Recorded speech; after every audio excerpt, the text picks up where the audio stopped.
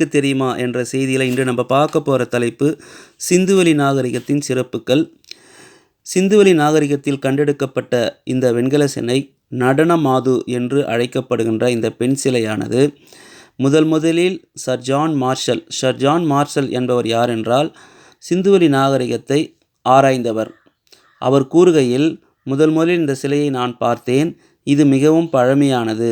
குறிப்பாக பண்டைய காலங்கள் முதல் கிரேக்க காலம் வரை மட்டுமே இவ்வகையான சிலைகள் உருவாக்கப்பட்டிருக்கும். எனவே இவை சுமார் 3000 ஆண்டுகளுக்கு முற்பட்டவையாக இருந்திருக்கலாம் என குறிப்பிடுறார். எனவே அக்காலகட்டத்திற்கு இது உரியதாகவும் அது மட்டுமல்லாமல் அந்த காலகட்டங்களில் இவை உருவாக்கப்பட்டிருக்கலாம் என்றும் குறிப்பிடுறாரு. அது மட்டும் இல்லாமல் அடுத்து உங்களுக்கு தெரியுமா நம்ம பார்க்குறது கேவிடினா கொற்கை வஞ்சி தொண்டி, இதுதான் கேவிடி அப்படின்னு சொல்லிட்டு குறிப்பிட்றாங்க.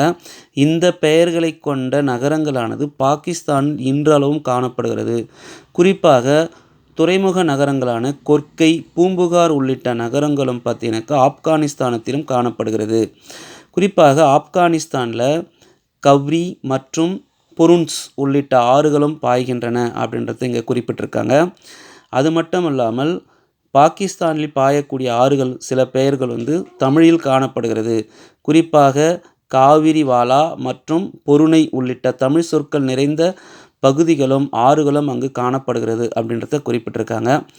இந்த தகவல்கள் உங்களுக்கு பிடிச்சிருக்குன்னு நினைக்கிறேன்.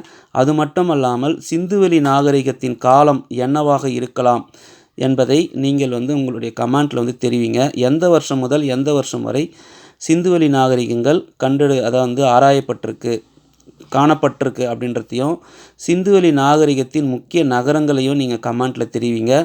அடுத்த ஒரு நல்ல உங்களுக்கு தெரியுமா செய்தியோடு உங்களை நான் சந்திக்கிறேன். அதுக்கிடையில் நம்மளுடைய சேனல் சப்ஸ்கிரைப் பண்ணுங்கள், ஷேர் பண்ணுங்கள், கமெண்ட் பண்ணுங்கள். சரிங்களா? சிந்துவெளி நாகரிகத்தின் காலங்களை நீங்கள் கமெண்ட்டில் தெரிவிங்க. இது போன்ற நல்ல தகவல்களோடு மீண்டும் ஒரு வீடியோவில் உங்களை சந்திக்கிறேன். நன்றி, வணக்கம்.